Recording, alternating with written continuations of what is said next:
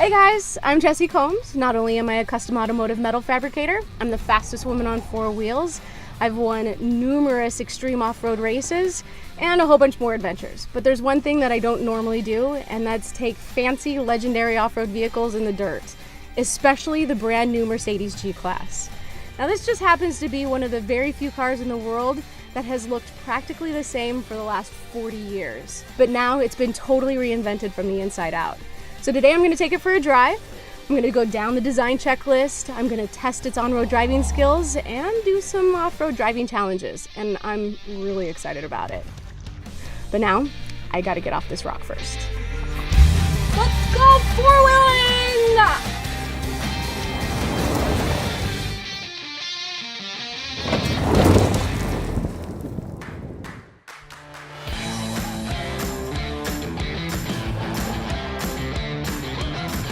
But first, let's take a look at the classic distinctive characteristics that are still in place, starting with the true rugged off-road character and its signature boxy silhouette, the iconic indicator lights, the exposed rear wheel, and of course, the sound of the slamming door and the locking locks. But the new generation also features great innovative elements, such as new LED headlamp technology, optionally multi-beam LED headlamps. Mercedes is also offering a new variety of rims. And now the AMG, where the German engineers have created a hardcore version of the G-Class. Bigger, stronger, and even cooler. Of course, it features the AMG specific grille, the AMG bumper with large air inlets, dual side pipe exhaust, and as a result, the G-Class has combined iconic and innovative features to make its outstanding character even bolder. This unique flair carries on to the inside. While many design details have been here for decades, new interior elements are inspired by features from the exterior design. But the real revolution is the widescreen cockpit. Two displays blending into one is the most prominent thing. You have the ability to change your displays, and you can even change your lighting. And the new AMG steering wheel, you have touch control buttons. And because the car got longer and wider, you have more room in the cabin in all of the seats. This new AMG G63, which is perfect for all who like it sportier and shinier, also come with outstanding improvements for engine power and much, much more. You want to go for a ride?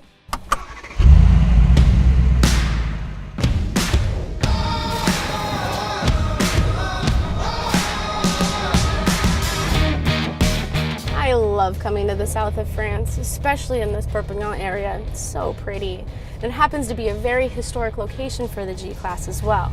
Back in 1990, the first model row 463 was presented to the press here. And now, 28 years later, the biggest difference in this generation is enormously improved ride comfort and road handling.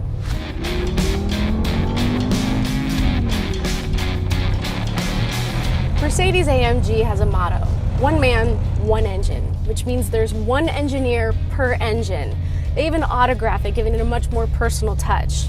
This one offers a 4-liter V8 bi-turbo engine, offering 585 horsepower, which sounds great even from inside the car.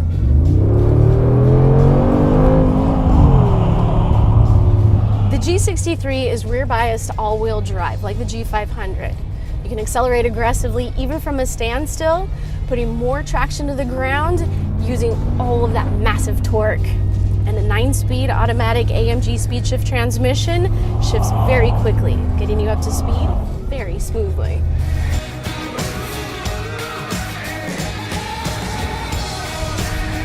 There are different driving options. My favorite is Sport Plus, where it instantly kicks in stability control, making the car more agile and way more fun to drive. Plus, there's 3 different off-road driving options as well. All of this makes the G63 unsurpassed in direct ground connection to the pavement as well as to off-road terrain.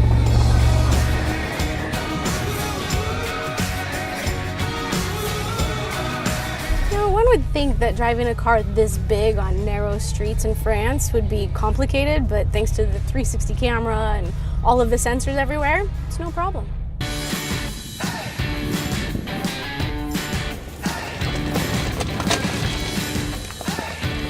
I'm determined to show you what the G-Class is capable of, so I'm back in the G500 for some off-road challenges. Now, this is some pretty rough terrain, but it's actually a comfortable ride because of the new independent front suspension. While we still have the solid rear axle, the front now works independently from each other, making it very smooth. We now have a ground clearance of 27 centimeters and an approach angle of 31 degrees, meaning that mastering an incline of 45 degrees, no problem. All right, I'm shifting into neutral so I can actually activate the low range. That'll give us a gear ratio reduction of 1 to 3, meaning that we have 1/3 the speed, yet 3 times the torque. So our wheels are going to be turning much slower.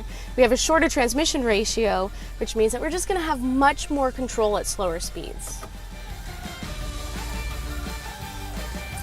All right, we're reaching an area where we're going to need to lock in our diffs. And we want to do this before we actually reach the obstacle because you don't want to do it when the wheels are spinning. And if we do, it's a maximum of walking speed, and that's it. Now we have 3 differentials to choose from. First, we gotta lock the center diff. That's gonna send the power to both the front and the rear axles. And then we have the rear differential lock. That's gonna send the power to the left and to the right at the same time. Same thing with the front axle, which we're gonna need for this particular obstacle.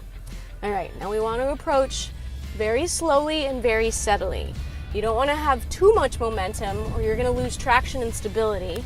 And if you don't have enough speed, you're not going to make it over the obstacle. So momentum is definitely key here.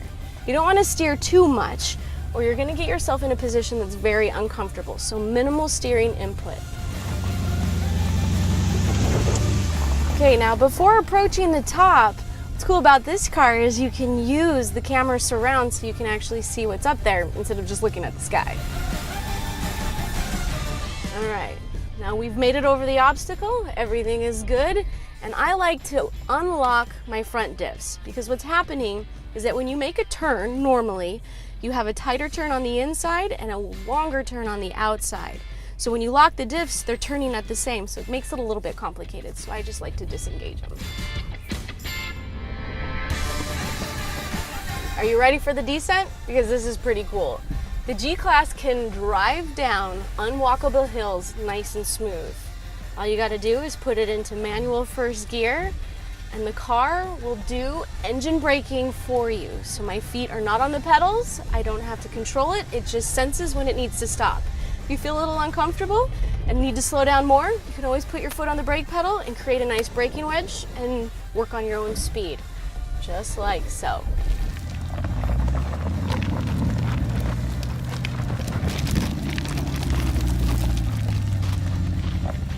Look at that. I can trust the car. Look, my feet. They're not even touching the pedals. It's just doing it for me. It's crazy.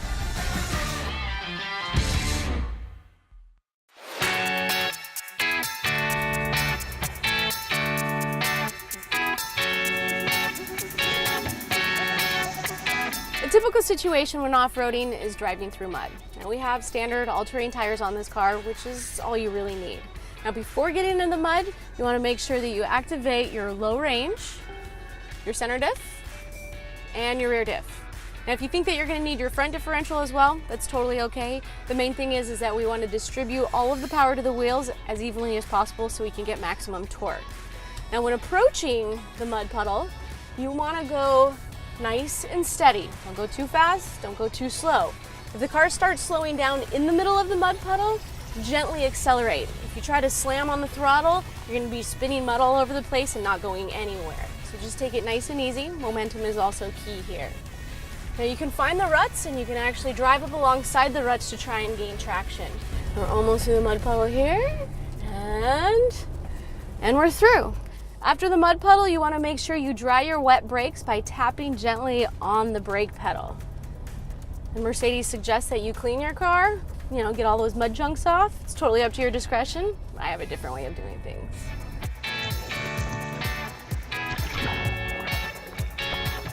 The funnest way to get the mud off the car is to drive through deep water. And Mercedes has increased the water depth to 70 centimeters in the G-Class.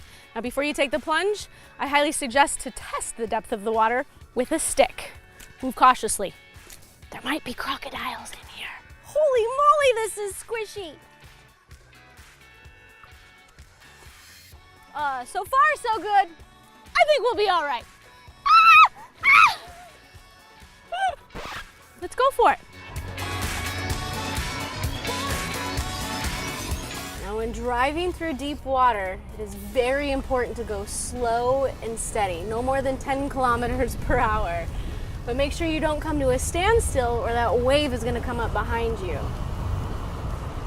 This is so cute. This is crazy. No snorkels or nothing. All right, and remember that when you exit the water, your brakes are going to be wet, so they're not going to function like normal. So tap your brakes to dry them off a few times, and it's as easy as that.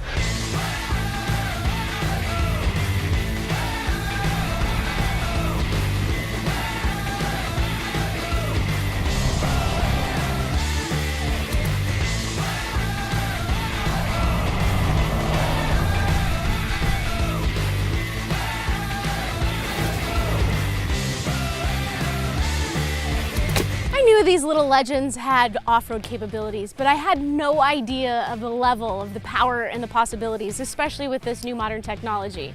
I mean, you can do so much crazy stuff with these and they perform so well. I mean, if I had to choose between one or the other, I don't think I could pick. But I do know that I would always be riding in style, because as we all know, the G-Class is stronger than time. Thanks for coming along for the ride.